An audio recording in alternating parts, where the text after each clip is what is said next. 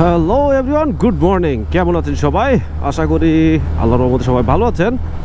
আর অনেক দিন পরে আজকে আমি একটা ভিডিও করতেছি, আর এর কারণ আছে একটা। এর কারণটা হচ্ছে আমি আমার R15 ভার্সন 3টা সেল করে দেওয়ার পরে আসলে কোন বাইক কিনবো এটা একটা কনফিউশনে ছিলাম। তো যাই হোক, আমি সব কিছু চিন্তাভাবনা করে দেন এই যে Gixxer FI double disc version 4টা নিয়েছি। তো আমি আসলে ভিডিও এতদিন করি নাই, যে কারণে সেটা হচ্ছে R15 থেকে জিক্সারে শিফট করে আমি আসলে কতটুকু ভুল করলাম বা কতটুকু ঠিক করলাম এটা বোঝার জন্যই। অ্যাকচুয়ালি আমি বাইকটা অলমোস্ট প্রায় 1.5 মাসের মতো কিনে ফেলেছি, আর বাইক চলেছে 3227 কিলোমিটার। তো এই 3227 কিলোমিটারের ভিতরে 2000 কিলোমিটার ব্রেক ইন পিরিয়ড মেনেছি। তো যার কারণে ওই টাইমটাতেও আমি বাইকটা আসলে কেমন পারফরমেন্স দিবে এটাও বুঝতে পারি নাই। আর RPM 5-এ থাকার কারণে 5-এর ভিতরে বা আসলে 5-এ ওঠানো হয় নাই, 4-4.5 এরকম RPM রেখে 2000 কিলোমিটার আমি শেষ করেছি। আর ব্রেক ইন পিরিয়ডটা শেষ হওয়ার পরে আমি সাতক্ষীরাতে গিয়েছি, আর ঢাকার ভিতরে তো প্রতিদিন চালানোই পড়তেছে।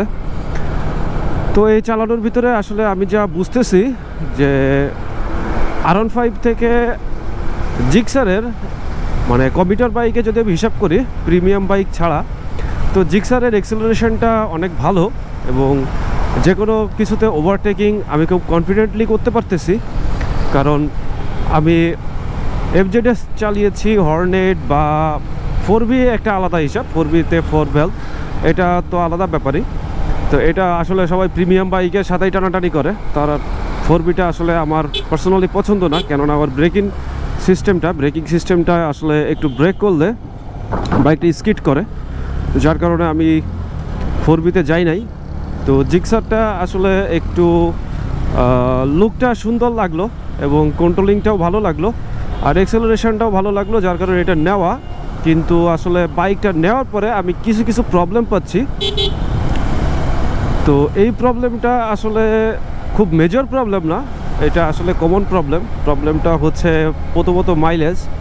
আমি ফার্স্টে যখন ব্রেক ইন পিরিয়ডটা মেনেছি তখন মাইলেজ পেয়েছি আমি 35-36 এরকম, আর এখন আমি মাইলেজটা পাচ্ছি 37-38 এরকম। তো আমি হচ্ছে 2টা ফ্রি সার্ভিস করিয়েছি। ফ্রি সার্ভিস থেকে আমি মেকানিকদের কাছে যখন আমার এই কমপ্লেনটা বলেছি তখন ওরা বলছে 5000 কিলোমিটার যাওয়ার পরে আপনি একটা আইডিয়া পাবেন যে আসলে মাইলেজটা আপনার কেমন যাবে। এছাড়া আরেকটা প্রবলেম আমি দেখতেছি, আমি এই ব্রেক ইন পিরিয়ড শেষ হওয়ার পরে যখন আমি সাতক্ষীরাতে গিয়েছি, আমি ডাবলিংয়ে 105-6-এর বেশি বাইক ওঠাইতেই পারি নাই। এটা আসলে আমাকে খুবই হতাশ করেছিল যে 100 পর্যন্ত আসলে বাইক খুব সুন্দর স্মুথলি উঠে যায় এবং এক্সেলারেশনটা ওয়াও, বাট 105-6-এর বেশি আমি বাইক ওঠাইতেই পারি নাই ডাবলিংয়ে।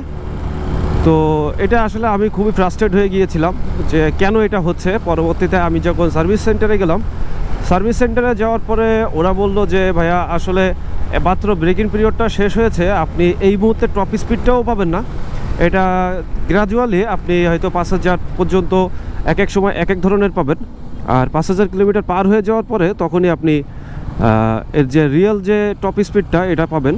আর আমি অবশ্য একটা কথা বলি, সেটা হচ্ছে আমি কিন্তু টপ স্পিডটা একেবারে খাড়া টান দিয়ে উঠাই নাই, আমি আসলে গ্রাজুয়ালি স্লো করে উঠিয়েছি, একেবারে খাড়া ধরেই উঠাই দেয় নাই।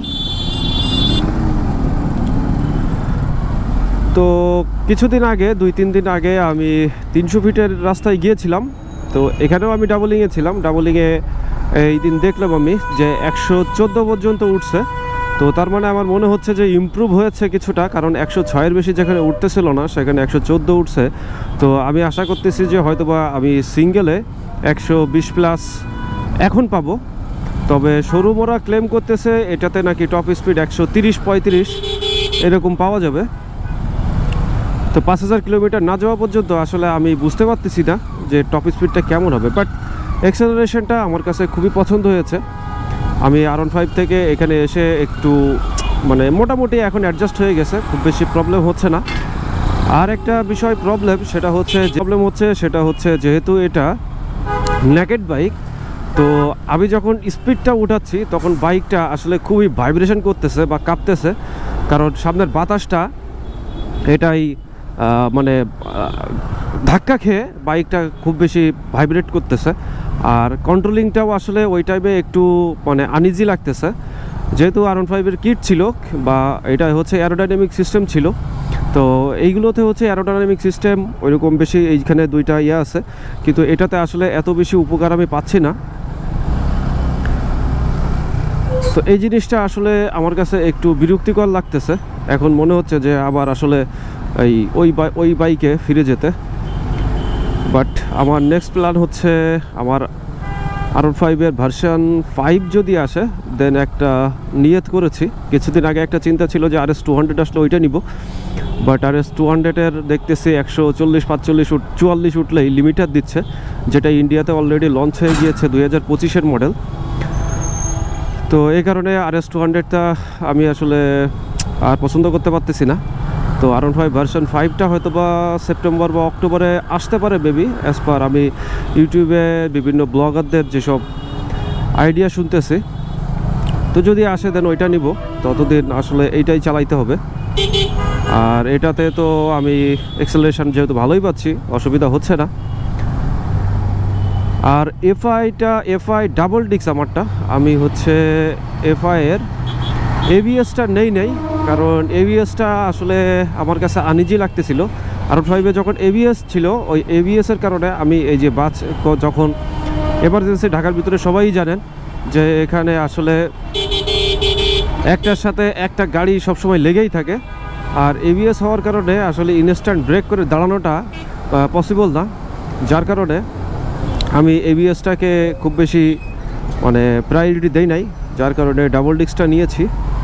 তো ডাবল ডিস্কটা এটা মানে খুব বেশি যে স্কিড করে সেটা না, জিক্সারে আসলে এত বেশি স্কিড করে না যেটা আরটিআরে করে থাকে।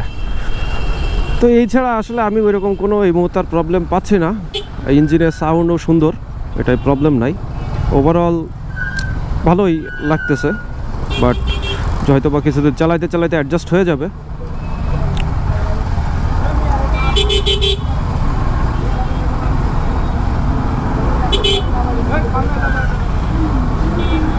দেখি আর 5000 কিলোমিটার চলে যাক, হয়তো বা আর 1800 কিলোমিটার রয়েছে। এই 1800 কিলোমিটার যাওয়ার পরে তখন আরেকবার স্পিডটা চেক করব যে স্পিডটা কত উঠতে পারে।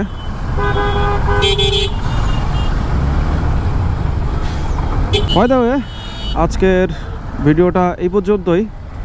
জিক্সার নিয়ে আবার হয়তো বা আমি পরের একটা ভিডিওতে ইনশাল্লাহ আসবো। টিল দেন, আল্লাহ হাফেজ।